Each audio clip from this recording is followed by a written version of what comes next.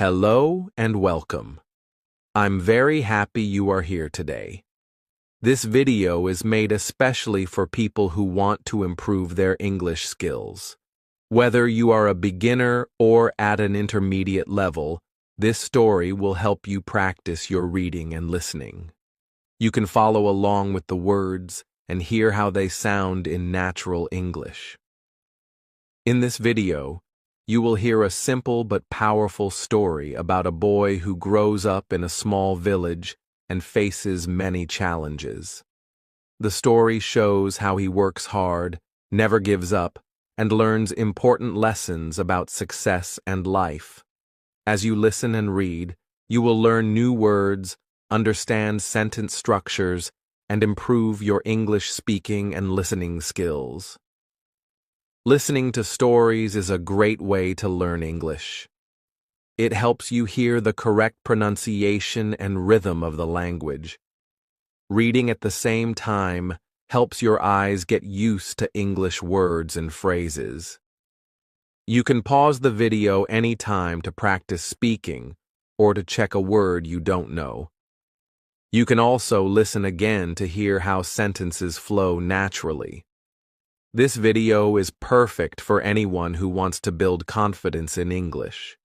It will also teach you important life lessons that can motivate and inspire you every day.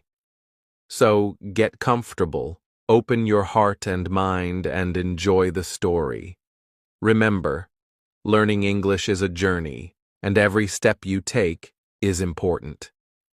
It is the story of a boy named Aaron, who once felt lost and broken because he could not read English like the other children. Imagine sitting in a crowded classroom, watching your classmates read out loud with confidence, while you stare at the page, unable to understand a single word. The laughter of others feels like a heavy weight on your heart, and the disappointed looks from your teacher make you feel even smaller. You wonder, what is wrong with me? Why can't I be like them? Aaron lived this feeling every day. He walked home with his head down, afraid to be called stupid again. But this is not just a story about struggle. It is a story about a quiet spark, something small but powerful, that begins in the darkest moments. One simple gift from his grandfather changed everything: a worn-out dictionary, a gentle word of encouragement, and the decision to try, even when it seemed impossible. This story is for anyone who has ever felt afraid to speak, too shy to try, or stuck in a moment of doubt. It is for all of us who dream of learning, growing, and finding our voice in a new language. As you listen, remember this: learning English is more than just words. It is a journey of courage and strength. Aaron's story will show you how small steps can lead to big changes. So, let's begin. Let's read and learn together, and find the hope that lives inside every challenge. Chapter 1. The Boy Who Sat in Silence. In a small town where the streets were lined with dusty trees and the air always seemed to carry the smell of rain, a boy named Aaron sat in the corner of a crowded classroom. The desks were old and scratched, and the walls were covered with faded charts of the alphabet. Every morning, the teacher asked the students to read aloud from their books. One by one, they stood up, their voices filling the room with steady, confident words. When it was Aaron's turn, the room felt colder. He stared at the page, the letters swimming in front of him like tiny black ants. The words did not form meaning. They were just shapes, strange and heavy in his mind. His hands trembled as he tried to speak, but his mouth stayed dry and empty. The silence stretched. A few students began to giggle. Someone in the back whispered something cruel, and another boy laughed loudly. The teacher's smile faded into a frown. Aaron, she said softly. You must practice more. Her voice was not angry, but the disappointment in her eyes felt sharper than any shout. Aaron sat down slowly, his face burning. He wanted to disappear into the desk. He wanted the floor to open up and swallow him whole. That day, and many days after, he walked home with his head down. The schoolyard noise faded behind him, but the laughter stayed in his ears. The word stupid echoed in his mind, even though no one had said it aloud that day. He believed it. He believed there was something broken inside him, something everyone else had, but he did not. At home, Aaron often avoided the books on the shelf. He pretended to be busy, helping his mother wash vegetables or carry water, but inside he was hiding. Reading had become a wall he could not climb, and every failed attempt only made the wall seem taller. Evenings were the hardest. His classmates would be outside playing, chasing each other with shouts and laughter, but Aaron stayed in his room, pretending to do homework. Sometimes he would trace the shapes of letters with his finger, wishing they would suddenly make sense. But they never did. One rainy afternoon, he sat by the window, listening to the steady tap of water on the roof. His grandfather, a man with silver hair and deep lines on his face, came into the room. He carried something wrapped in cloth. Without saying a word, he placed it on the small wooden table in front of Arun and slowly unwrapped it. Inside was a book. It wasn't like the school books.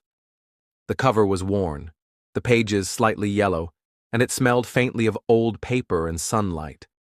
On the first page, there was a drawing of a small boy standing in a wide field. His grandfather smiled gently. "This was my book when I was your age," he said. "It's not for school. It's for you." Aaron touched the cover carefully, as if it might break. "But I can't read," he whispered. His grandfather nodded, his eyes warm. "Then we will read it together. Slowly. One word at a time." Something in his voice was different from the teachers, different from the other adults who told Arun to just practice. There was no disappointment here, no judgment, only patience. Arun didn't know why, but for the first time the idea of reading didn't feel like a wall. It felt like a small door, and maybe, just maybe, there was a key. That night, as the rain softened outside, Arun sat beside his grandfather under the dim light of the single bulb in their home. His grandfather read the first sentence aloud, pointing to each word. Arun repeated after him, slowly, awkwardly, but without fear. And for the first time, the laughter from school seemed far away, replaced by the quiet sound of possibility. Chapter 2. The Gift of a Dictionary. The days after that humiliating classroom moment felt heavier than ever. Arun avoided eye contact with everyone, even his own family. He ate his dinner in silence, pushing the food around his plate, pretending to be full. His mother thought he was just tired. His father thought he was simply shy. But his grandfather, he saw more. His grandfather, with his wrinkled hands and gentle eyes, had once dreamed of becoming a teacher. Life had taken him down another road, but the love for learning never left him. He spent his afternoons on the porch, reading old books whose covers had faded from years of sun. One evening, as the light turned gold and shadows stretched across the small house, he called Arun over.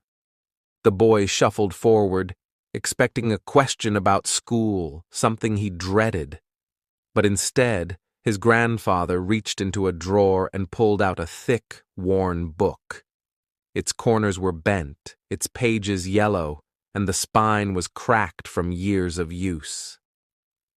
"This," his grandfather said, placing the book gently into Arun's small hands, "is a dictionary. It's old, but still full of treasure. Every word inside has a meaning. Every meaning can open a door." Arun stared at the cover. He didn't feel excited, only confused. What was he supposed to do with a book full of words he couldn't read? "Start with 1 word a day," his grandfather continued. "Just one. No more, no less. If you do that, you will be surprised how much you can learn." Arun wanted to say it was useless, that words only brought him shame in school. But he couldn't bring himself to disappoint the old man, whose hands trembled slightly as he held the book out. So, he nodded. For days, the dictionary sat on Arun's small desk, untouched. He would glance at it before bed, then turn away, pulling the blanket over his head. The laughter of his classmates still echoed in his mind, drowning any thought of trying again.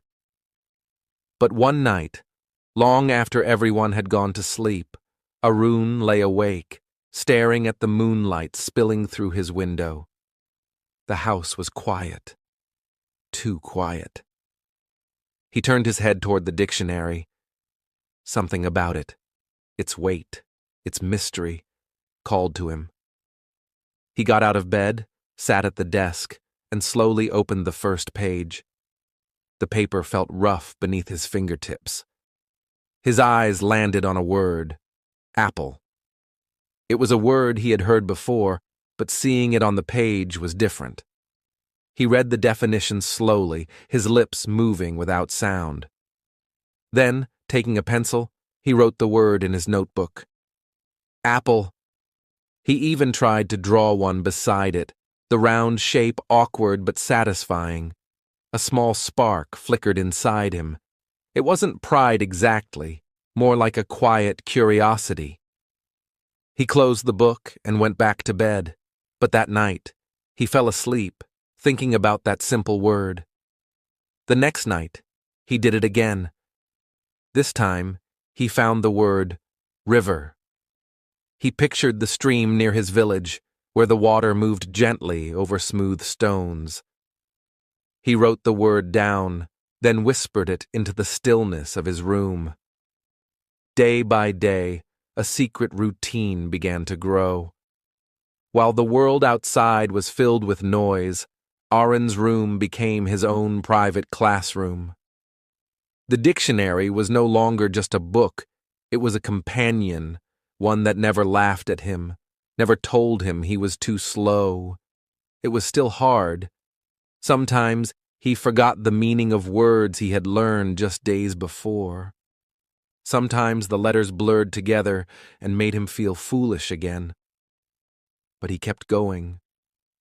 1 word a day. His grandfather never asked if he was using the book. He only smiled knowingly whenever he saw Arun glance toward the desk. And in that quiet, unspoken understanding between them, a seed was taking root, small, fragile, but alive. Arun didn't know it yet, but he had begun his first silent battle. Not against his classmates, not against his teacher, but against the voice inside him that had always said, "You can't." And though the voice still whispered, each word he learned was a tiny step toward proving it wrong. Chapter 3. Learning in the Shadows. The mornings in Arun's house were always quiet. The world still slept, the streets outside empty, and even the birds seemed slow to start their songs. But in the small corner of his room, a dim light flickered. Arun sat cross-legged on the floor, his grandfather's old dictionary open in front of him. His school books lay untouched. Those felt heavy with failure, but this little book of words felt different. He would whisper the words softly, his lips barely moving. Apple, tree, sky. He liked to say them quietly, as if they were secrets only he could hear. Sometimes he traced the letters with his finger, feeling the shapes, imagining them printed on the pages of his own life someday. After a while, he began to wake up earlier, before his mother called him for breakfast, before the house filled with noise. He would copy words onto small scraps of paper and slip them into his pocket. During the day, in the middle of class, when no one was looking, he would take them out, read them, and repeat them under his breath. At home, he discovered something else: English cartoons. They were silly, colorful, and easy to follow. He turned on the subtitles and began reading as the characters spoke. At first, the words moved too fast, but slowly he caught small ones. Go. Come. Yes. Each one felt like a tiny victory. When a catchy song played, he would hum along. At first, it was just the melody. Then, little by little, the words began to stick. He sang them quietly, almost afraid someone would hear. The songs made him feel lighter, like English was no longer a wall blocking his way, but a door that might someday open. Still, at school, things didn't change much. Arun's marks were low. His teachers still shook their heads. His classmates still laughed when he stumbled through a sentence.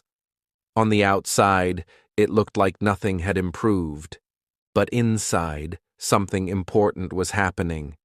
He no longer felt stupid. He felt curious. When someone laughed at him, the sting was still there, but now, in his mind, he would think, "It's okay. I'm getting better. You just can't see it yet." That thought alone made him stand a little taller. Every day after school, he would sit by the small window in his room with the fading light on his face, going through his secret lessons. He would match the sounds from cartoons to the shapes in his dictionary. He would write words again and again until his hand ached. It was lonely work. No one cheered for him. No one said good job. There were no quick results to show. But in that quiet, unseen space, he was building something stronger than marks on a test. He was building belief in himself. Sometimes he imagined English like a giant tree. Right now, he was just planting the seeds, and no one could see anything yet. But deep underground, roots were growing, and one day, he told himself, people would see the leaves and the fruit. The small victories became his fuel. The first time he understood a whole sentence in a cartoon without reading the subtitles, he smiled so wide his cheeks hurt.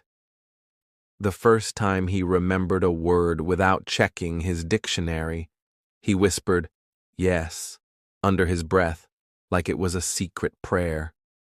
Slowly, he began to look forward to these quiet moments. They were his own world, free from judgment. He didn't need to prove anything to anyone. He only needed to keep going. And then, one afternoon, everything began to shift. The teacher walked into class carrying a stack of papers. "Today," she announced, "we will read aloud." She handed Arun a sheet and pointed to a paragraph. His heart started to race. His palms grew sweaty. The old fear returned. But somewhere deep inside, under the fear, there was also something new. A tiny voice that whispered, "You've been preparing for this." And as the classroom fell silent, Arun knew this would be the first real test of his secret progress. Chapter 4. The Day. His voice shook. The classroom felt colder than usual that morning. The ceiling fan spun lazily above, but Arun's palms were already sweaty. He was half listening as the teacher called names, each student standing to read a paragraph from the textbook. Some read fast and confident. Others stumbled. Aaron kept his head down, tracing the lines on his notebook, praying his name would be skipped. It wasn't. "Aaron," the teacher said, looking straight at him. Time seemed to stop. His stomach twisted. The air in the room felt heavier. Every eye turned toward him, and he could hear the soft giggles from the back of the class. This was the moment he always feared. In the past, he would stammer, mispronounce words, and feel the heat of embarrassment on his face.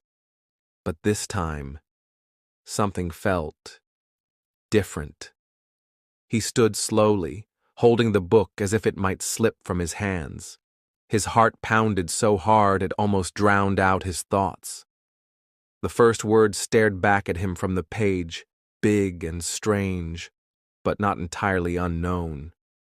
He had seen it before, on the cartoon subtitles he watched every morning in his quiet corner at home. He took a deep breath. The first word came out, shaky but correct. Then another, and another. His voice trembled, his lips unsure, but the words were there. They didn't flow like water, but they didn't stick like stone either. He could feel the room's attention shift. The giggles stopped. Halfway through, he almost lost his place. His hands shook. A familiar fear crept in. What if he ruined it now? But he remembered the songs he sang softly before bed, the way he had repeated words until they felt natural.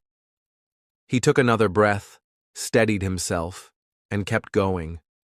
By the time he reached the last line, the room was silent. He closed the book and sat down quickly, avoiding every gaze. Then he heard it. Soft claps from somewhere near the front. One, then two, then more. His teacher gave a small nod, not overly dramatic, but enough for Aaron to notice. He didn't smile. He didn't look proud. Outwardly, he was calm, almost blank. But inside? Inside, something powerful was happening. It wasn't just relief. It wasn't just surprise. It was the spark of a thought he had never dared to believe. Maybe I can do this. It wasn't perfect. His pronunciation was still heavy, his reading still slow. But he had faced the thing that used to terrify him, and survived. More than survived, he had made people listen. As the rest of the class continued, he barely heard the other voices. He was too busy replaying that moment in his mind, the moment when the fear didn't win completely. The moment when his voice, shaky, uncertain, still made it to the end. For the rest of the day, nothing seemed quite the same. The teasing felt softer, the stares less sharp. Maybe it was his imagination. Or maybe the others had noticed the change too. That night, Aaron lay on his bed, staring at the ceiling. He thought about how far he still had to go. He knew this one small victory didn't mean fluency. It didn't mean top grades. But it was proof that all those quiet hours of practice, all those mornings of whispering words to himself, were not wasted. It was the first time he truly believed he was not stupid. And belief, he realized, was a dangerous thing. Because once you believe you can improve, you start to wonder how much more you can do. The next morning, as he tied his shoelaces, he made a silent decision.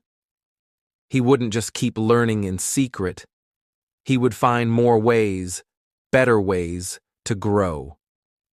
If a few months of quiet practice could get him through that reading, then maybe, just maybe, there was a faster path forward. He didn't know exactly where to look yet, but he knew one thing. The world was bigger than his classroom. And somewhere out there, answers were waiting.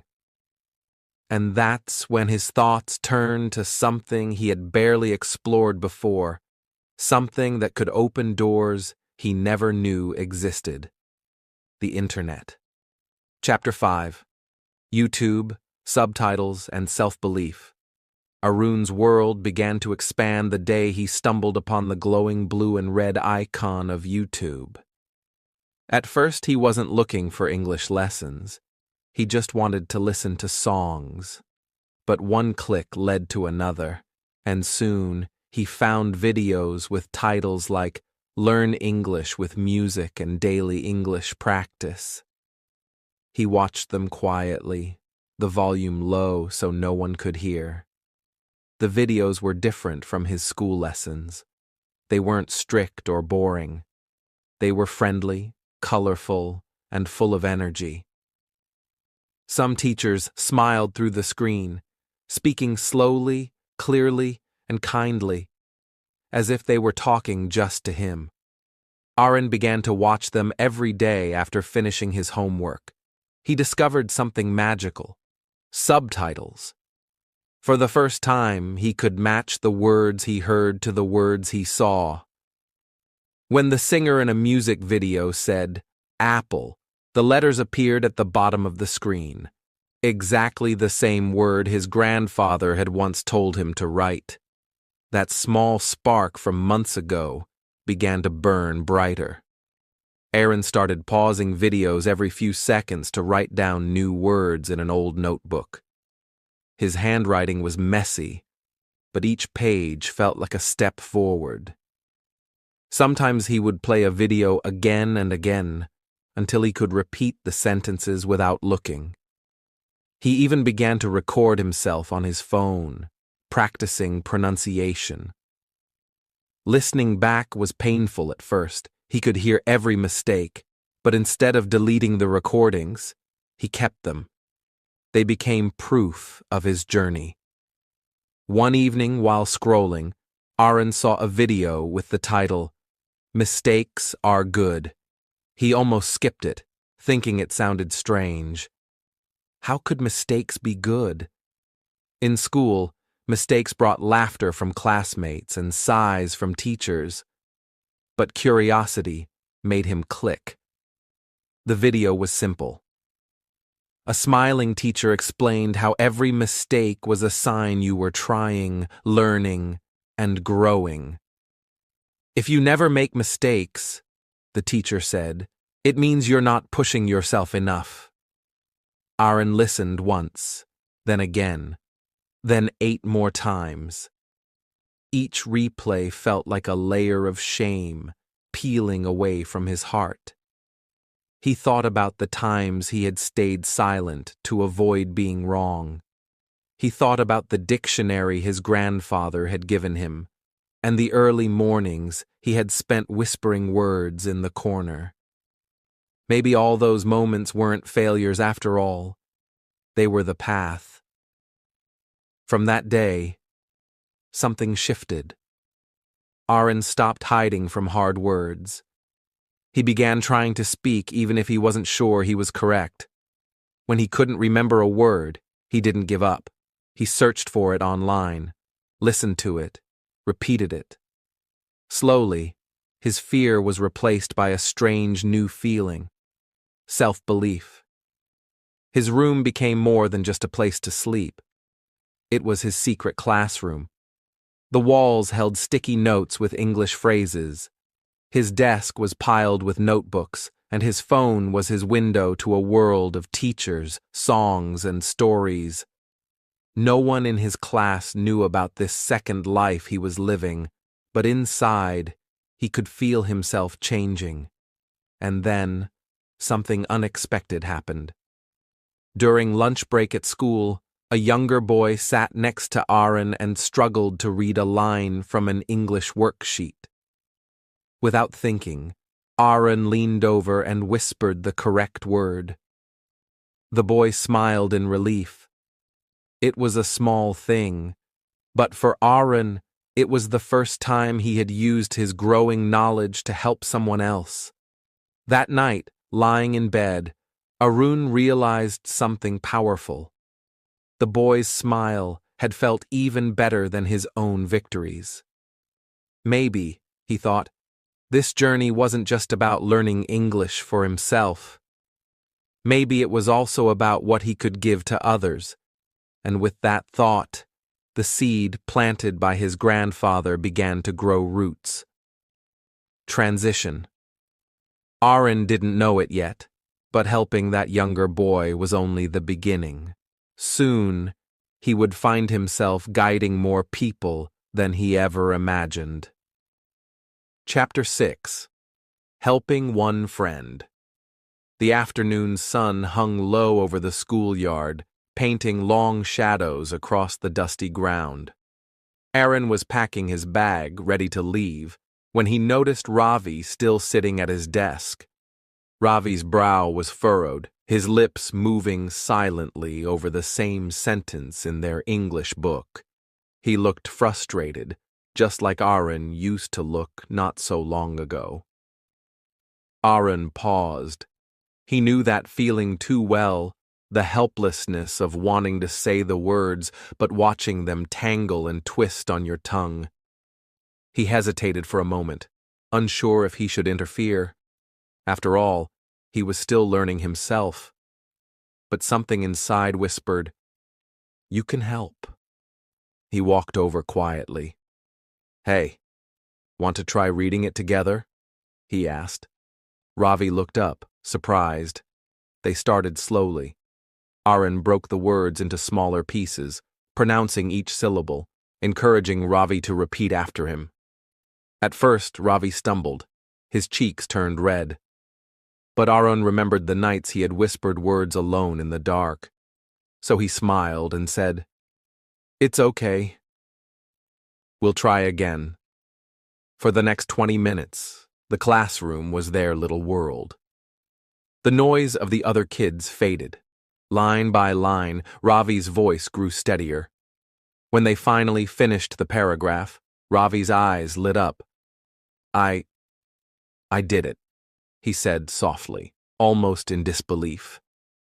That moment sparked something neither of them could see coming. The next day, Ravi found Arun before class. "Can we practice again after school?" he asked. Arun agreed. By the end of the week, Ravi was smiling more in class. His confidence was growing, and word began to spread. First, it was one other boy who asked if he could join, then 2 more. Soon, Aaron had a small group of classmates sitting with him every evening in a quiet corner of the schoolyard. They brought their books, their mistakes, and their determination. At first, Aaron felt nervous. He wasn't a teacher. How could he guide others? But as the days passed, he realized he wasn't just teaching English. He was teaching what he had learned the hard way: patience, persistence, and the courage to keep trying even when you feel like giving up. His friends began to look at him differently. The boy they once saw as quiet and invisible was now someone they admired. They didn't say it out loud, but Aaron could feel it. Every time one of them read a sentence correctly, they would glance at him with pride and gratitude. And yet, Aaron didn't boast or brag. He didn't even think of himself as a leader. He just knew how good it felt to see someone else win, and to know you played a part in it. One afternoon, as Aaron and his group were practicing under the shade of a tree, someone unexpected appeared. His English teacher stood a few steps away, watching quietly. Aaron froze, worried they might be told to stop. But the teacher simply smiled and said, "I've heard about what you're doing." Aaron's stomach tightened. Was he in trouble? Instead, the teacher walked closer, placed a hand on his shoulder, and said, "I have an idea. I think you can help more students, officially." Aaron blinked in surprise. "Officially?" "Yes," the teacher replied. "We'll talk tomorrow. I think it's time for you to take this further." Aaron didn't know what that meant exactly, but he felt something he hadn't felt in a long time. Excitement, for what was coming next. Chapter 7. A Teacher in the Making.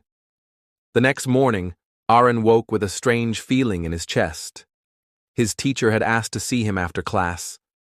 When the moment came, she smiled kindly and said, "Aaron, I want you to lead a short session on pronunciation tomorrow. Just a few minutes. Will you try?" His heart pounded. Leading a class? The thought made him nervous. What if he made mistakes? What if the students laughed? But deep down, something inside told him this was a chance, something he could not let go. The next day, the classroom buzzed with chatter. Aaron sat quietly, waiting for the right moment. When the teacher nodded at him, he stood slowly, feeling every eye on him. His hands shook a little, but he took a deep breath and began. "Hello, everyone," he said, his voice soft but clear. He looked at the students, remembering the videos he had watched so many nights before. He spoke slowly, carefully. "Today we will practice the th sound." He held up a small card with the word think written on it. "Repeat after me. The. Think." The students repeated, some stumbling, others trying their best.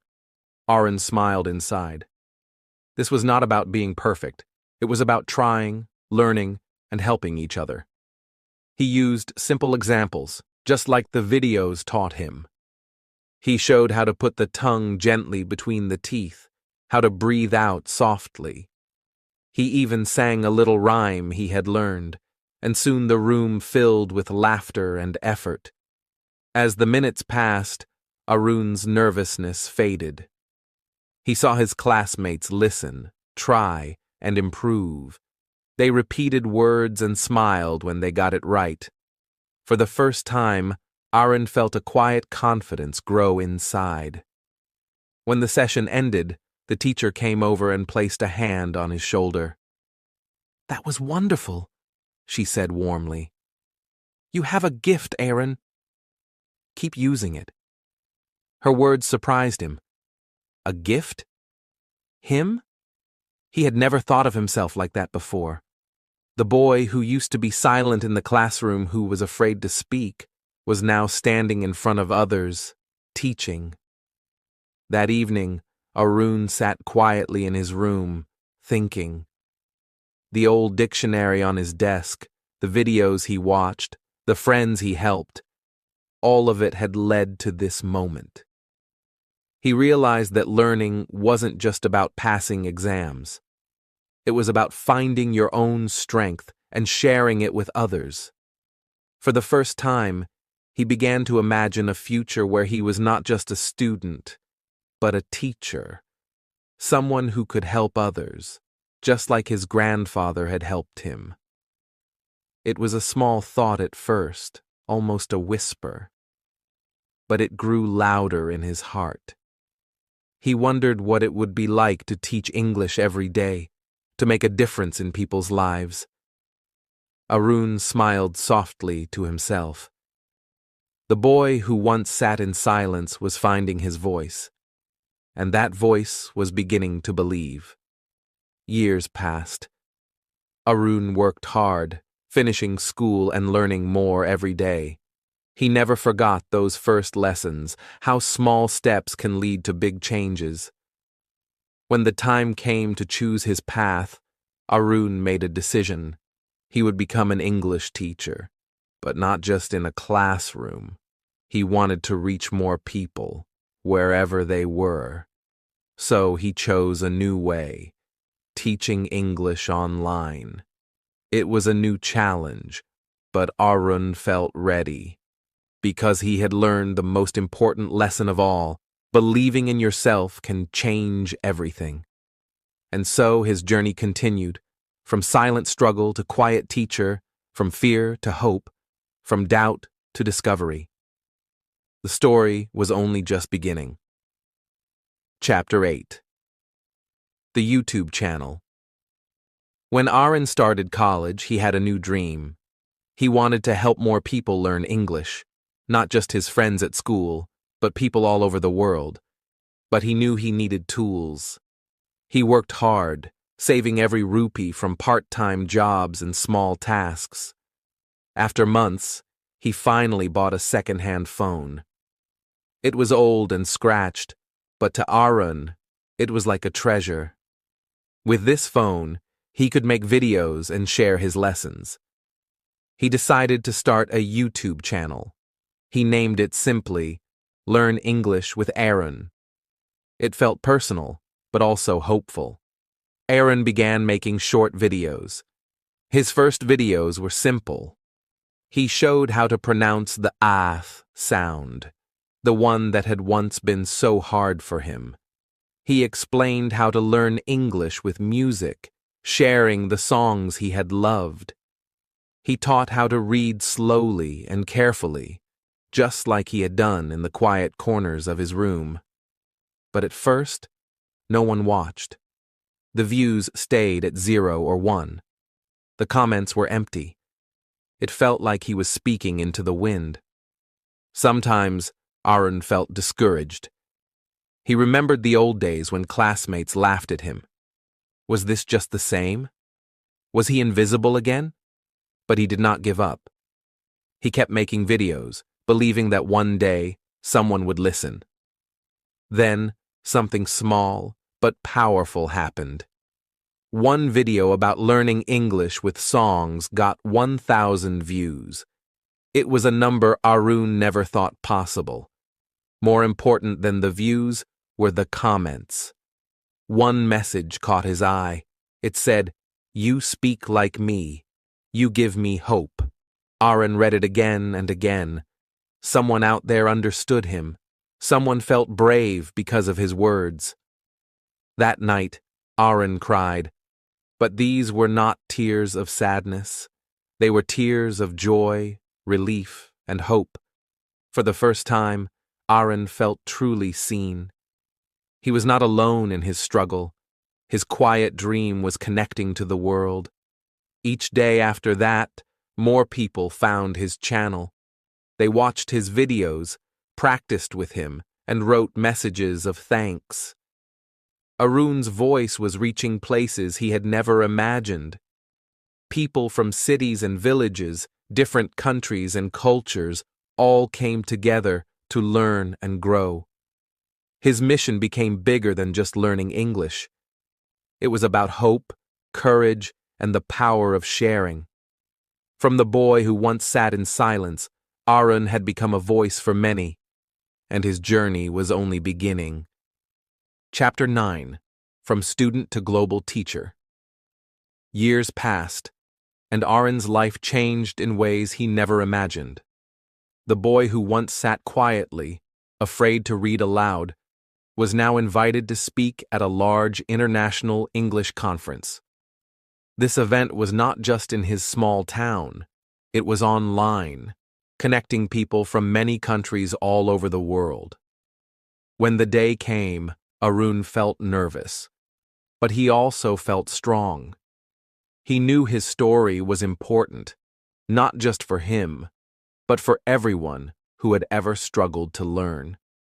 He began by telling the truth about his past, how he was once the boy who couldn't read, how his classmates laughed, how he felt alone and broken.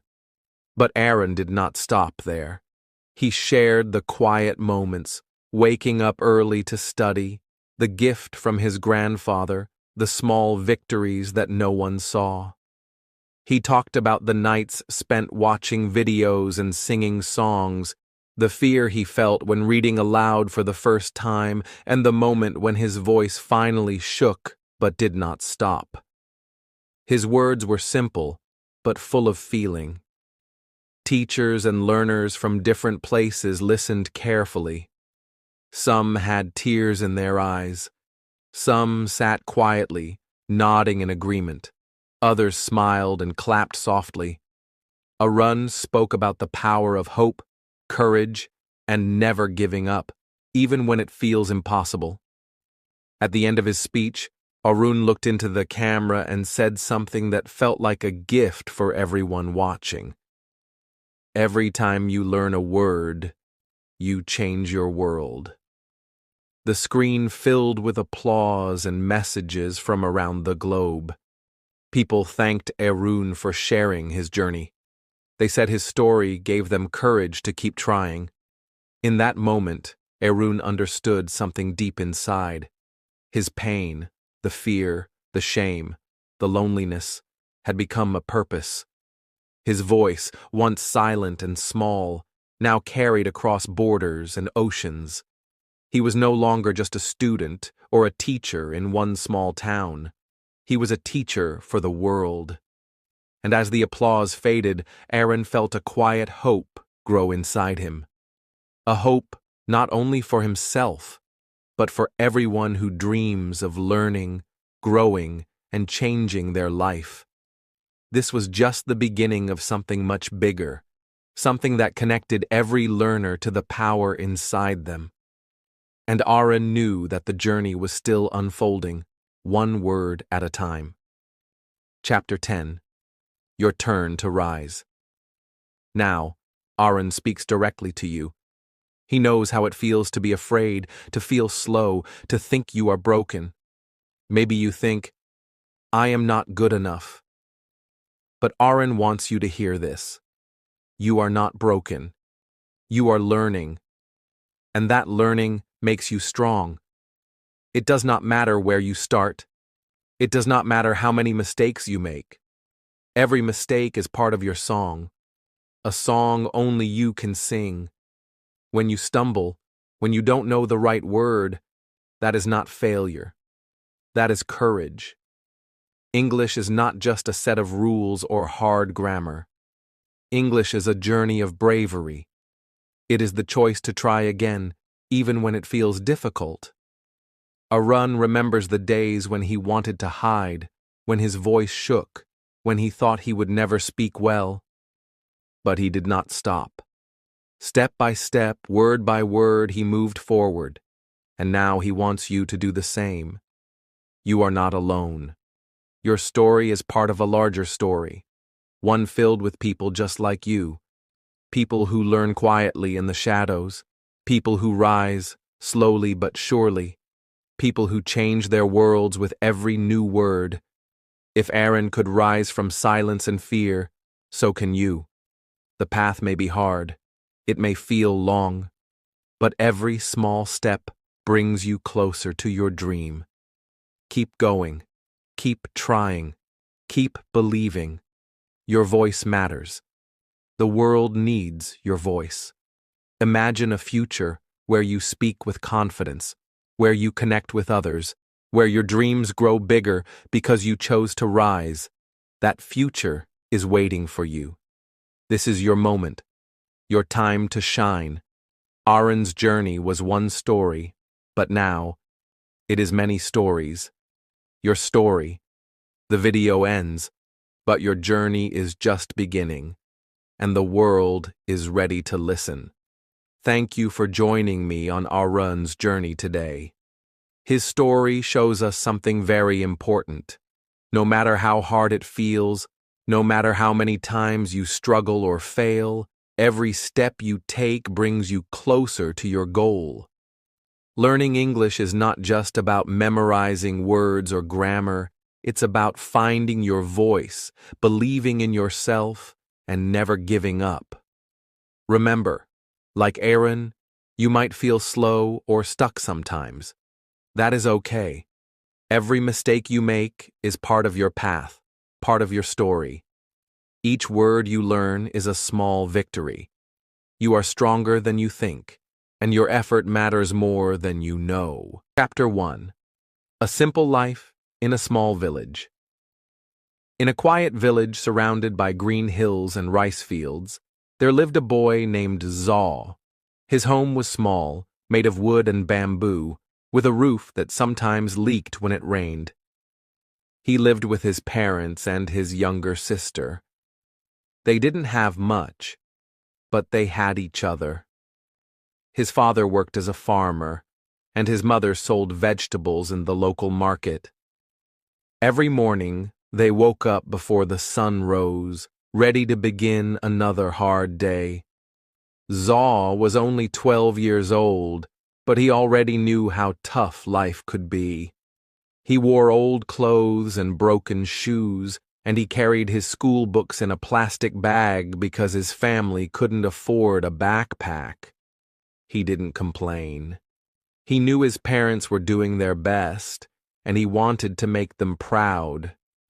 Every day after school, Zaw helped his father in the fields.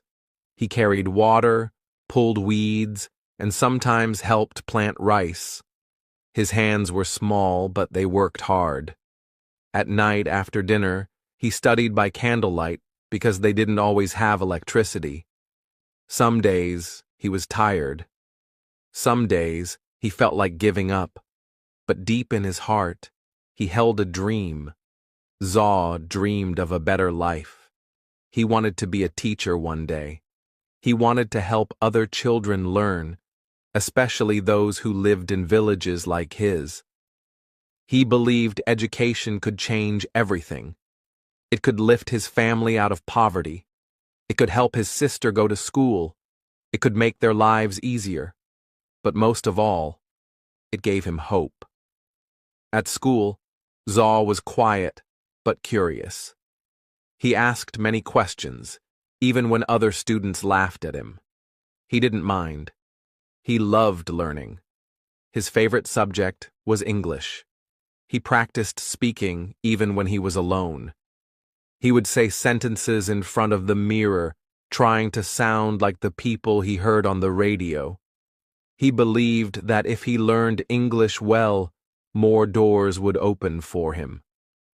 But life in the village was not easy. Sometimes the rains didn't come, and the crops failed. There were days when they had very little food. Zaw had to walk 5 kilometers to school, and when it rained, the path turned into deep mud. Still, he never missed a day. He wrapped his books in a plastic bag and kept going. His classmates sometimes made fun of him. They laughed at his clothes and his dreams. "You think you'll become a teacher?" they said. "Look at you. You don't even have shoes." But Zaw stayed silent. He remembered what his father once told him. "People may laugh at you, but never laugh at yourself. Believe in your dream, even when no one else does." Zaw listened to that advice every day. At night, when the world was quiet, he opened his books and studied. He memorized words. He practiced reading. He wrote in a small notebook, even when the pages were full. He didn't know how, but he believed something good would happen if he just kept going. His mother noticed how hard he worked. One evening, she brought him a small gift, an old English book she found in the market.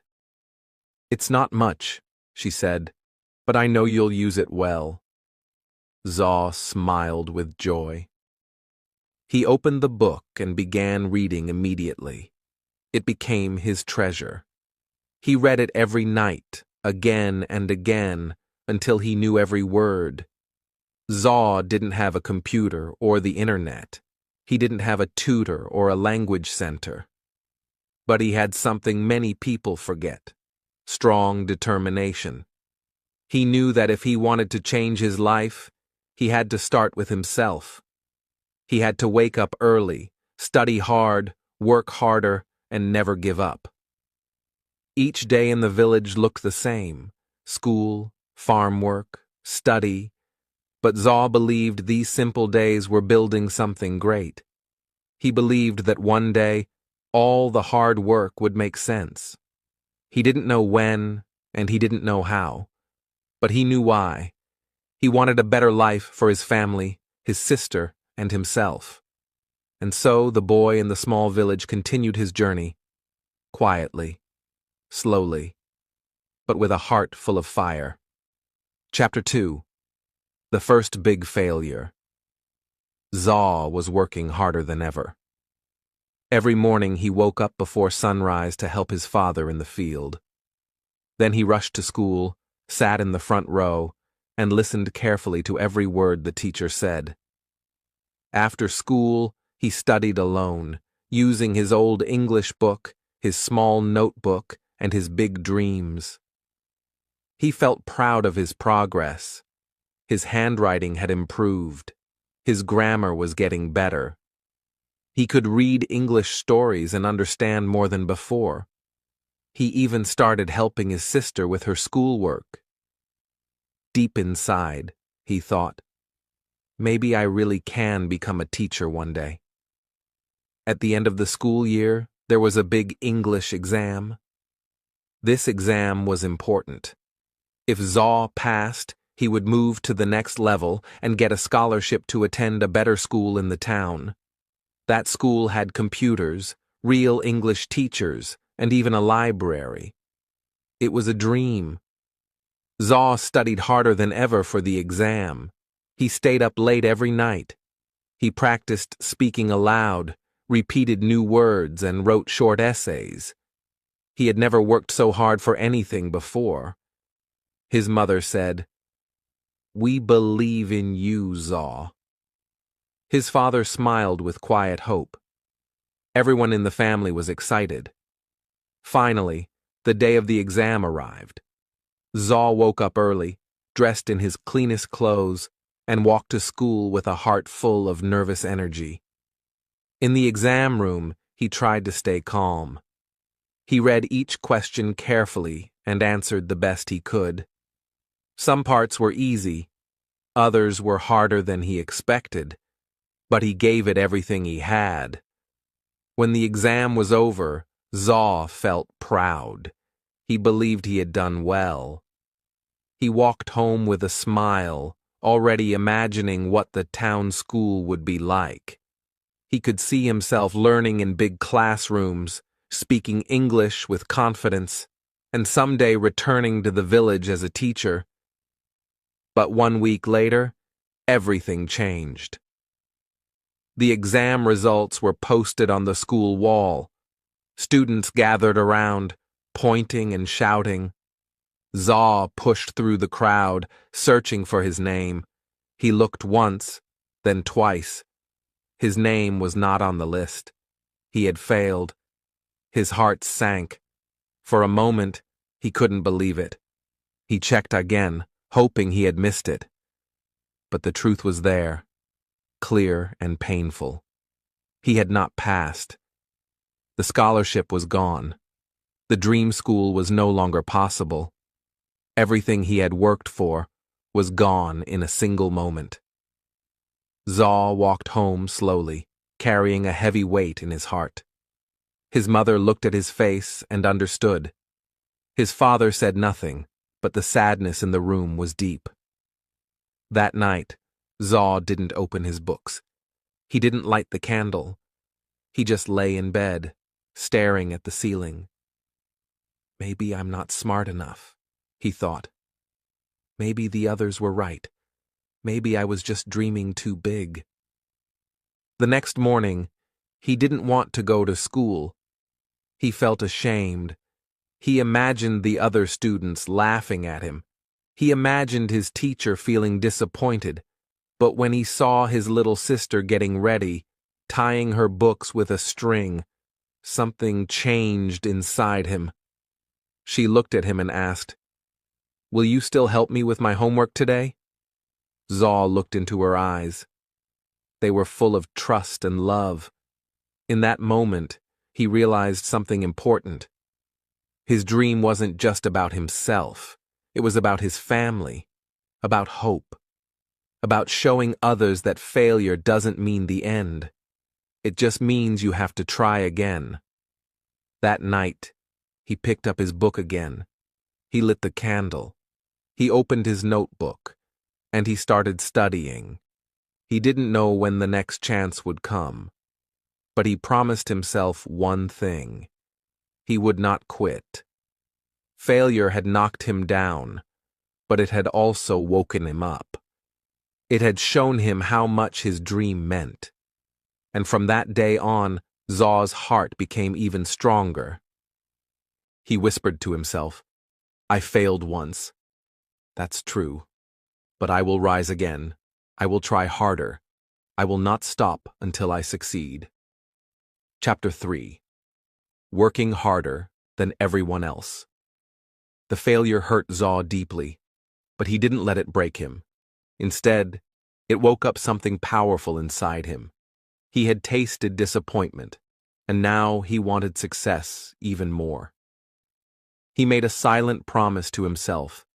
From now on, I will work harder than anyone else. I will give everything I have. Zaw began every day before the sun rose. While the village still slept, he was already out in the fields with his father. They walked through the morning mist, their feet wet with dew, carrying tools and buckets. Zaw helped plant seeds, carry water, and cut weeds. Even though the work was hard and the sun was hot, he didn't complain. He knew his father worked this hard every day just to feed the family. Zaw wanted to be strong like him. After the farm work, Zaw quickly washed, changed clothes, and grabbed his books. He had only a short time to eat before he had to walk 5 kilometers to school. The road was rough, and during the rainy season, it turned into deep mud. But he kept walking, even when his shoes got stuck or his clothes got dirty. He didn't care. He had a goal in his heart, and nothing would stop him. At school, Zaw sat in the front row. He listened carefully to every word the teacher said. He took notes, asked questions, and stayed focused. While some students passed notes or laughed at jokes, Zaw kept his eyes on the blackboard. He didn't have expensive books or a smartphone to look up words, but he used everything he had: his mind, his ears, his heart. After school, while others played football or rested, Zaw went straight home to help his mother. He carried water from the well, collected firewood, and helped prepare dinner. His little sister followed him everywhere, asking questions and smiling.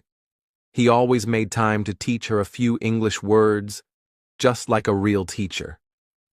In the evening, after dinner, when the house was quiet, Zaw opened his books.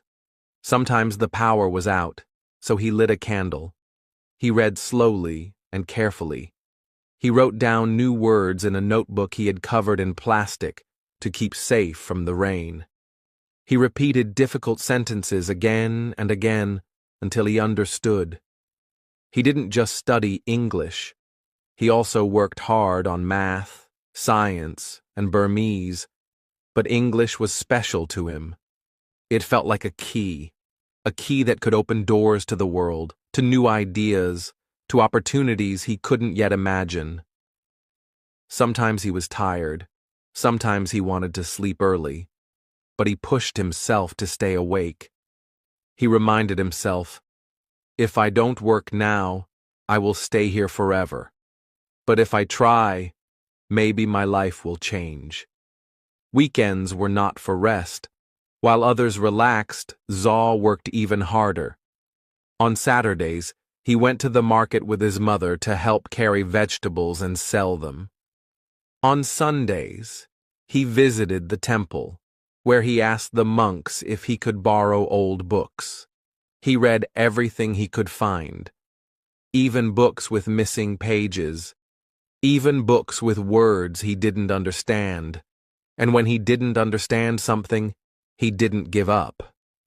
He asked his teacher at school. He asked older students. He repeated the lesson until it made sense. He didn't feel embarrassed anymore.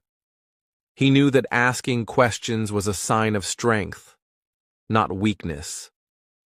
Over time, people began to notice. His teacher said, "Zaw, you are improving very fast." His classmates, who once laughed at him, now asked him for help. Even the village elders smiled when they saw him reading under the tree or walking to school with his plastic-wrapped books. But Zaw didn't let the praise change him. He stayed humble.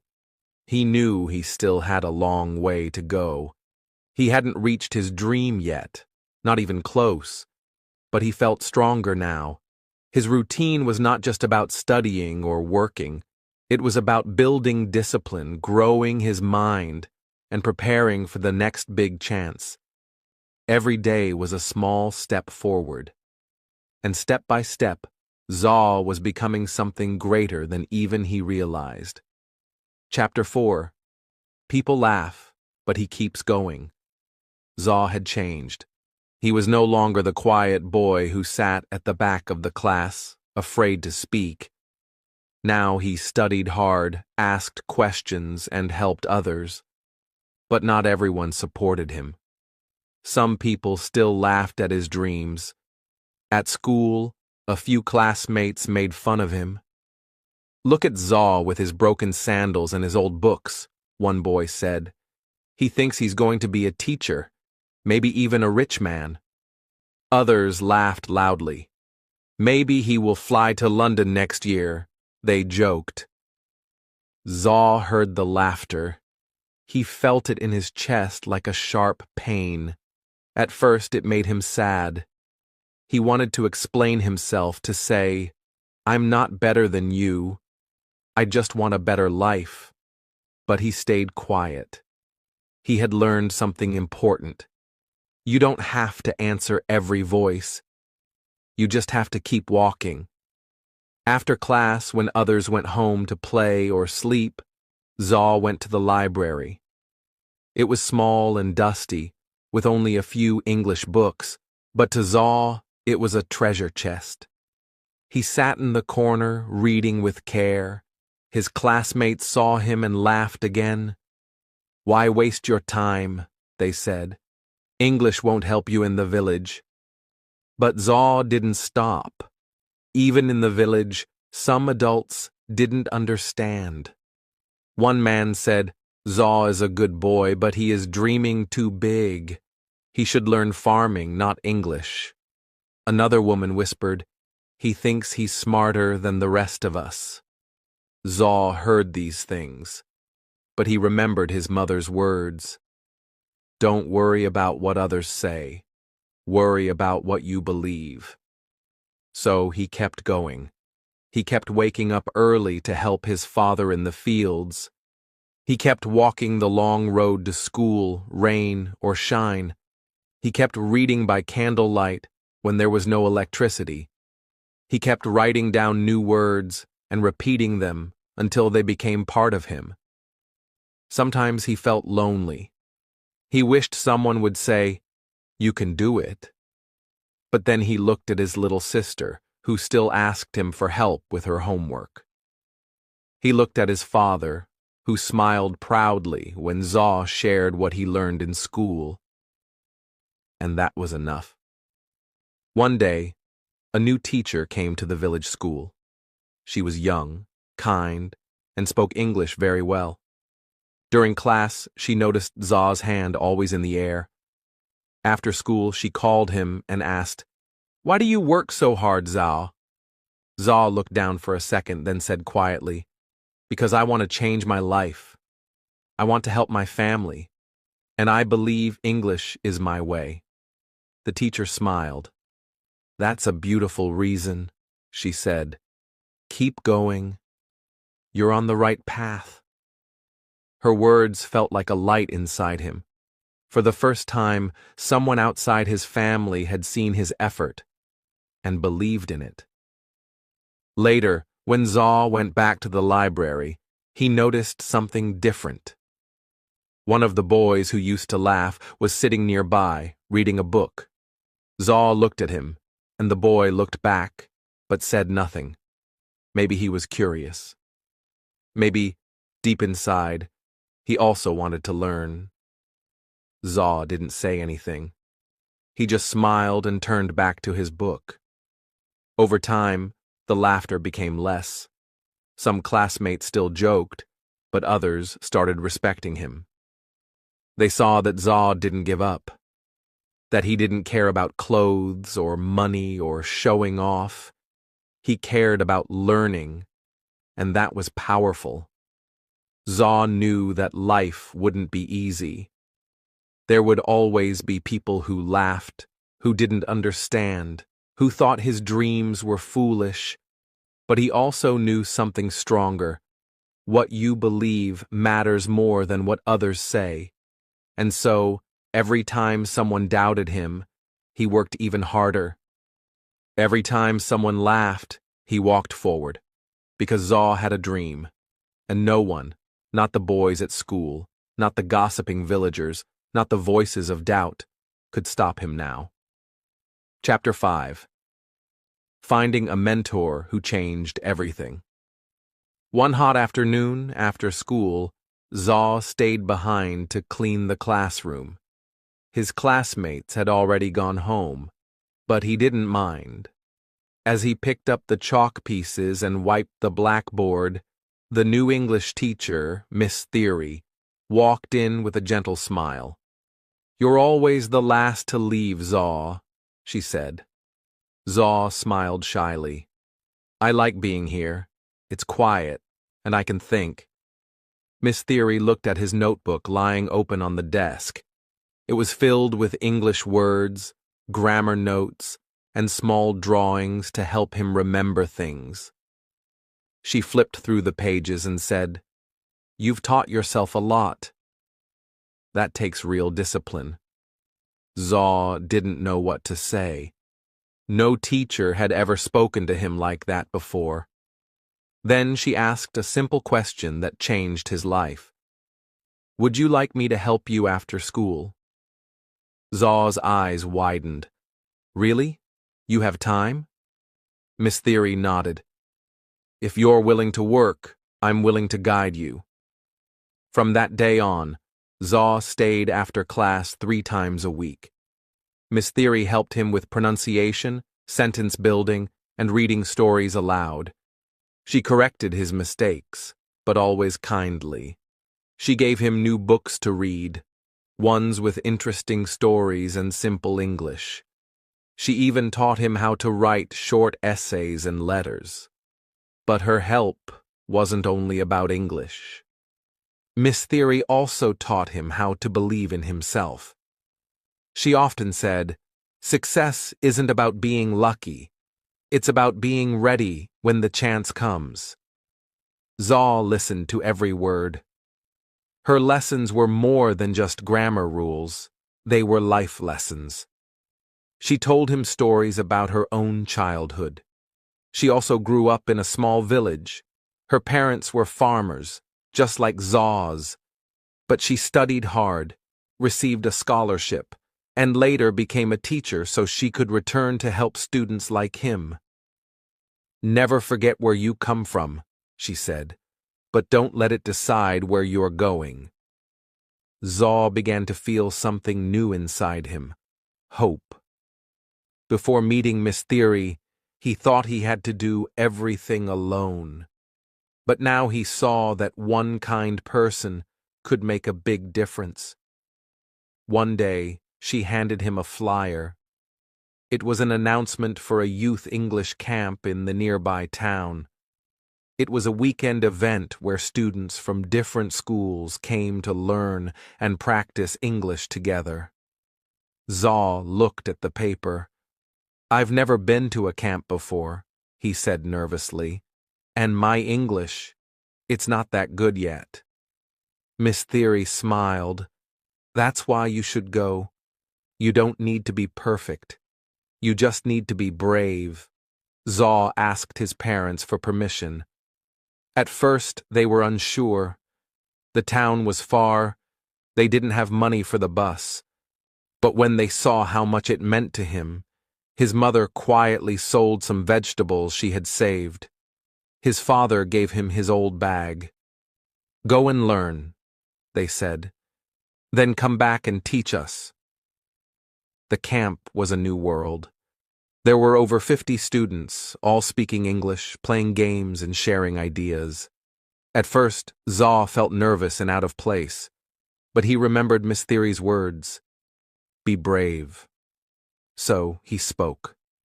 Slowly, carefully, but he spoke. He made mistakes, but no one laughed. In fact, other students clapped for him.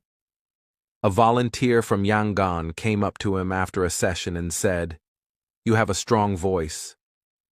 Keep speaking." By the end of the camp, Zaw had made new friends and, more importantly, new dreams. When he returned to the village, he told Miss Theory everything. "I want to join more programs," he said. "I want to become a person who helps others, like you." She nodded. "Then you must keep working and never stop learning." From that point on, Zaw's learning felt different. He wasn't just studying to escape his struggles. He was learning to grow, to serve, to build something meaningful. He had found a mentor who believed in him, and that belief gave him wings. Chapter 6. A second chance to prove himself. Zaw's confidence had grown since the English camp.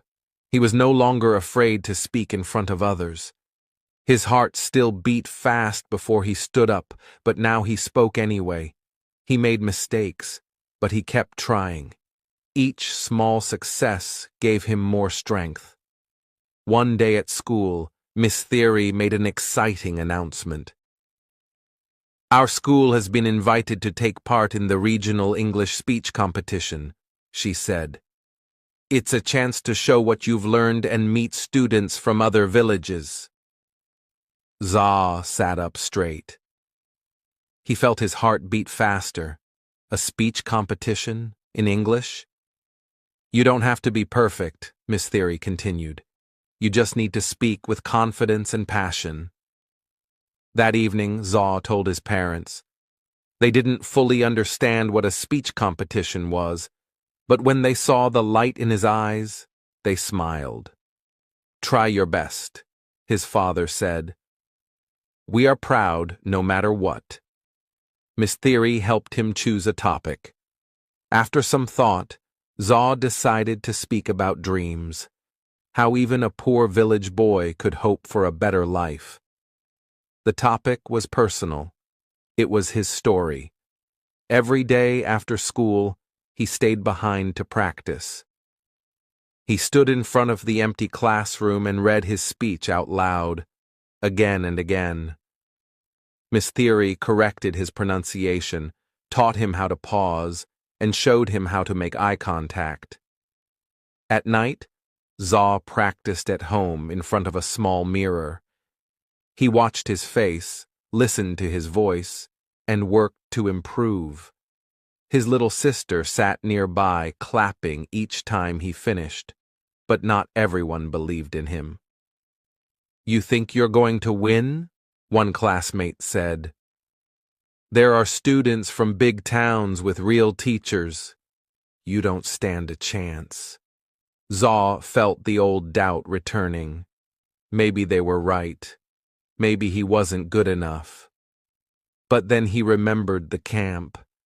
He remembered how the other students clapped for him. And he remembered Miss Theory's voice.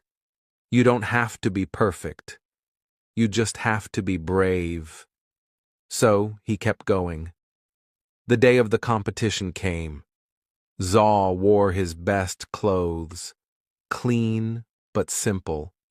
His parents walked him to the edge of the village and waved goodbye. "Win or lose," his mother said, "you are already a winner to us." The event was held at a large school in the town. Zaw had never seen such a big place. There were over 20 students from different villages and towns. Some had fancy clothes, polished accents, and beautiful slides. Zaw had only his voice and his story. When it was his turn, he stepped onto the stage. His hands shook a little, but he took a deep breath. He looked at the judges, then at the audience. He thought of his village, his family, and Miss Theory. And then he began. "My name is Zaw. I come from a small village where most people don't speak English, but I believe that dreams can grow anywhere." He spoke from the heart. He shared his story, the struggles, the laughter, the late nights, and the hope. His voice was not loud, but it was full of truth. When he finished, the room was silent for a moment. Then came the applause. After all the speeches were done, the judges announced the results. Zaw didn't win first place, but he won something more meaningful, the most inspiring speech award. It wasn't about perfect English. It was about courage, honesty, and effort. He stood on stage, holding the small certificate in his hands. His heart was full. He had proved something, not just to others, but to himself. When he returned to the village, Miss Theory met him at the school gate. "You did it," she said with a proud smile. Zaw nodded. "I didn't win the competition, but I won a second chance to believe in myself." Chapter 7. The Day of Truth. It was the night before the big exam. Zaw sat at his small wooden table, the one his father had built long ago. His lamp flickered slightly, but he didn't notice. His eyes were focused on his notebook. He had been studying for this test for months, the national exam that could decide his future. If he passed, he could apply for a scholarship and go to a better school in the city. If he failed, he would have to stay behind, helping on the farm like before. There was no second chance this time. He closed his book and looked up at the moon outside. The village was quiet. Everyone else was asleep, but he couldn't rest yet. His heart was full of thoughts. "Have I done enough?" he asked himself. "What if I forget everything tomorrow?" He remembered Miss Theory's words, "Don't fear the result. Trust your effort." Taking a deep breath, he finally closed his books and went to bed. But sleep didn't come easily. His mind kept repeating formulas, grammar rules, and essay ideas. The next morning, the sun rose slowly over the fields. Zaw got up early, washed his face, and wore his clean school uniform. His mother handed him a small bag with snacks, and his father gave him a strong pat on the back. No words were needed. Their eyes said everything. "We believe in you." The exam center was in a nearby town. Zaw rode there on the back of an old truck with other students.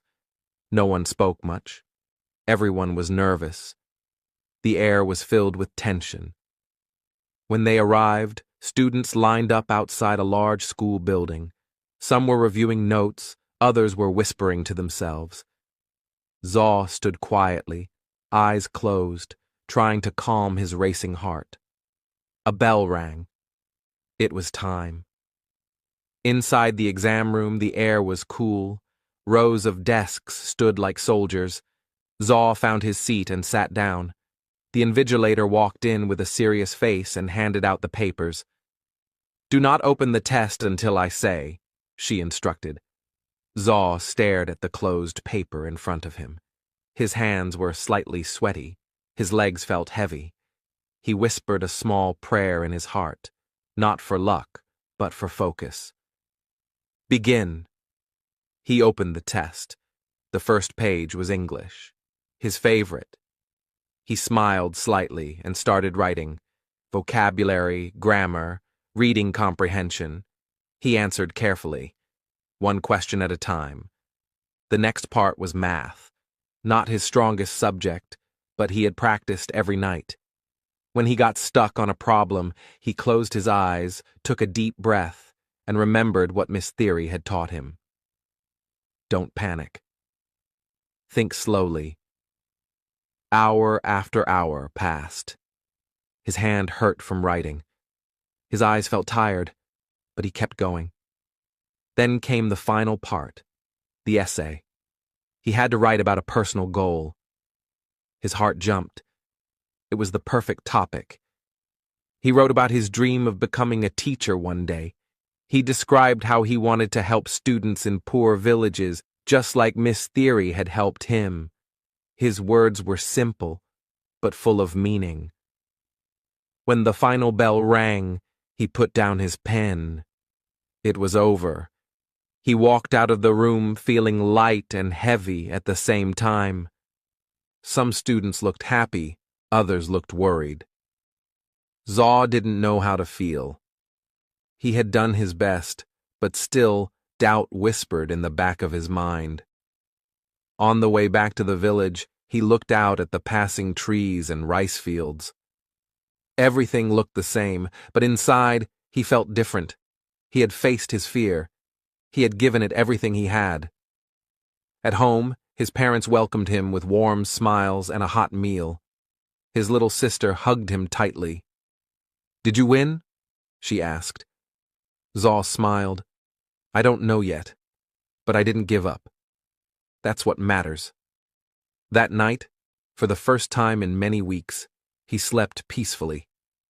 He had faced the day of truth, and he had walked through it with courage. Chapter 8. Success After Struggle. Weeks passed after the exam. Zaw returned to his daily life, helping his father in the fields, feeding the chickens, and walking his sister to school. But something was different now. He had faced his fear. He had finished the exam with full effort. Still, deep in his heart, he waited for the result. Each day, he walked past the school notice board, hoping the results had arrived. Some of his classmates were confident. Others looked worried. Zaw said nothing. He kept working, kept studying, kept believing. Then, one morning, Miss Theory stood outside the classroom with a paper in her hand and a wide smile on her face. "The exam results are here," she said. All the students ran to the board. Zaw's heart pounded. He didn't want to look. What if he had failed? What if all the work meant nothing? But then, Miss Theory touched his shoulder. "Zaw," she said softly, "you did it. You passed, with one of the highest scores in the region." Zaw's mouth opened in shock. He couldn't speak. His hands began to shake as he read his name beside the words, "Top 5%, eligible for scholarship interview." He had done it. The class clapped for him. Even the students who had once laughed at him smiled and gave him a thumbs up. "Well done, Zaw," one said. "You really worked hard." Zaw felt a warm pride rise inside him, not because he wanted to show off, but because this success had come from pain, sacrifice, and effort. He remembered the nights with the flickering lamp, the mornings in the cold field, and the moments of doubt. It had all led to this. When he got home, his mother saw the expression on his face. She didn't need to ask. She hugged him tightly. "I knew you would make us proud," she whispered. His father, a man of few words, gave a strong nod. "You've done well, son. You've opened a door for yourself." The news spread quickly through the village. People who once ignored Zaw now greeted him with respect. "You're the boy who passed the national exam, right?" a shopkeeper asked. "We heard you're getting a scholarship," said the headman. "You're going places." Zaw felt shy with all the attention, but deep down, he felt something stronger. Hope. If he could do this, what else could he achieve? A few days later, he received a letter from the scholarship office. He was invited to the city for an interview. Miss Theory helped him prepare. They practiced questions, reviewed his answers, and chose his best clothes. Before he left, she gave him a small notebook. "Write your story," she said. "One day, it might inspire others." In the city, everything felt big and new. Tall buildings, noisy traffic, and bright lights. But Zaw stayed calm. He walked into the interview room with confidence. The interviewers asked him many questions about his goals, his family, his challenges. "Why do you want this scholarship?" one of them asked. Zaw looked them in the eyes and answered, "Because I want to become a teacher and help students like me. I believe every child, even in the poorest village, deserves a chance to dream." There was silence. Then the interviewers smiled. A week later, the final letter arrived. Zaw had been chosen. He was going to the best school in the region, all expenses paid. Books, housing, food, everything was covered. Zaw held the letter in his hands and cried. Not tears of sadness, but of deep, quiet joy. He stood outside his house and looked up at the sky. The stars seemed brighter. The wind felt softer. He whispered to himself, "This is only the beginning." Chapter 9. Giving Back to the Community. Zaw stepped off the bus and looked around at the village where he had grown up. The dusty roads, the green rice fields, and the small wooden houses all looked the same. But he had changed. After finishing his first year at the new school in the city, he had come back home for the holidays. His bag was full of books, and his heart was full of new ideas.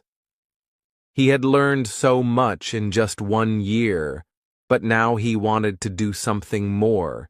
He wanted to give back. The first thing he did was visit his old school. The building still had broken windows.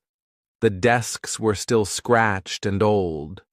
But the classroom was full of bright young faces, just like his once was. The children looked at him with wide eyes. They had heard the stories. The boy from the village who passed the exam. The one who got a scholarship. Miss Theory welcomed him with a smile. "The children look up to you now," she said. "They need someone like you." Zaw didn't hesitate. "Can I help teach them during my break?" he asked. So every morning Zaw returned to the classroom, not as a student, but as a helper. He taught English, helped with math, and even shared tips on how to study. He told the students stories of the city, of the school where he now studied, and how hard work had brought him there. The students listened closely. They started trying harder. They asked more questions. They stayed after class for help. One little boy said, "I want to be like you, Ko Zaw." Zaw smiled. "You can. You just have to believe and work hard." But Zaw didn't stop at the school. In the afternoons, he helped his parents on the farm. He repaired the broken fence and helped his mother carry water. He even showed his father a new way to grow vegetables that he had learned in a science class. In the evenings, he organized a small study group at the village monastery. Children and teenagers came with their books. Some of them had no electricity at home, so Zaw brought candles and helped them study under the soft, flickering light.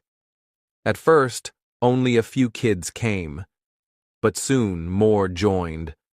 The room was full of laughter, learning, and hope. Even the village elders noticed. One of them said, "He left to learn, but he came back to teach." Zaw felt proud, but not for himself, for his village, for his people. He knew he was not the only one with dreams. Many children had the same fire in their hearts, but they needed someone to light the way. One day, Zaw gathered the children under a tree and gave a small talk. "I was just like you," he said. "I had no special gifts. I was poor. I failed once, but I didn't give up. And now I'm learning in a place I never thought I'd reach. You can do the same. Start small, keep going, and one day you'll fly." The children clapped. Some even cried. Parents began to thank Zaw. One mother said, "My son never cared about school before, but now he studies every night. Thank you for waking up his dream." Zaw felt something deep inside. It was more than happiness. It was purpose. He knew now that success was not only about going far, it was also about coming back and lifting others. Before he returned to the city, the villagers gathered to give him a simple gift, a wooden pen holder made from a local tree. On it, they had carved a few words, "For the one who came back with light." Zaw held it in his hands and promised himself, "No matter where I go, I will always return. I will always help." His journey had started with a dream. Now it had become something greater, a mission to change lives, one child at a time. Chapter 10. The Real Meaning of Success. Reflect on what he learned. Success is not money or fame. It's growth, belief, and helping others. Years passed. Zaw had finished school, become a teacher, and even written a small book about his life. People in other villages knew his name. Some students traveled long distances just to study in his classroom. His old school had grown too. It had more books, better chairs, and brighter students. But even as life changed, Zaw stayed simple. He still lived in the village. He still helped his parents in the garden. He still walked to school every morning with a smile. One evening, after a long day of teaching, Zaw sat alone outside his small home. The stars shone brightly above. The air was quiet, and the only sound was the soft wind moving through the trees. He looked up at the sky and began to think. What is success? He asked himself. When he was young, he thought success meant escaping the village, becoming rich, or living in the city. He thought success was big houses, shiny cars, and being famous. But now, after everything he had lived, he understood something different. Success was not about money or power. It was about growth, how far he had come from the scared boy who once failed. It was about belief, how he kept going when everyone laughed. And most of all, it was about helping others, lifting others up so they too could chase their dreams. He remembered the young boys and girls who now filled his classroom. Some had no shoes, some came hungry, but their eyes were full of dreams. Zaw saw himself in them, and when they smiled or understood a new word, it felt like magic. That, he thought, was real success. One day, a news reporter came to visit the school. She had heard about the teacher from the village who had inspired hundreds of students. "Do you feel successful now?" she asked. Zaw smiled gently. "Yes," he said, "but not because of what I have. I feel successful because I never gave up, because I helped others, and because I wake up each day with purpose." The reporter nodded. "What advice would you give young people?" Zaw thought for a moment and then said, "Believe in yourself, even when no one else does. Work hard, be kind, and remember, success is not something you take, it's something you give." After she left, Zaw walked back to the classroom. The children ran to him, laughing and calling, "Teacher! Teacher!" He laughed with them and picked up a piece of chalk. Another lesson was about to begin, but inside, he knew the most important lesson was already written, not on the board, but in his life. Success is not a destination. It's the journey. It's becoming better than you were yesterday. It's lifting others as you rise. It's staying true to who you are, no matter how far you go. And in that quiet moment, surrounded by smiling children and a simple village, Zaw felt something he would never forget. He had truly succeeded. Thank you so much for watching and listening today. I hope you enjoyed the story and found it helpful for your English practice. Remember, improving your English takes time and patience, but every word you read and every sentence you listen to brings you closer to your goal. If you liked this video, feel free to watch it again or practice speaking along with the story. Repeating and listening multiple times can really help you remember new words and improve your pronunciation. You can also try writing your own sentences or telling the story in your own words. That is a great way to build confidence. Learning a new language is not always easy, but it is very rewarding. Stories like this one not only help you improve your skills, but also teach important lessons about life and success. Keep believing in yourself and keep practicing every day. Small steps make big changes. If you want to keep learning, I have many more videos with interesting stories and useful English lessons. Be sure to check them out and continue your journey. Your hard work will pay off. Thank you again for spending time with me today. I'm proud of you for choosing to learn and grow. Keep practicing, stay motivated, and never give up. English is a skill you can master, and I'm here to help you along the way. Have a wonderful day, and I hope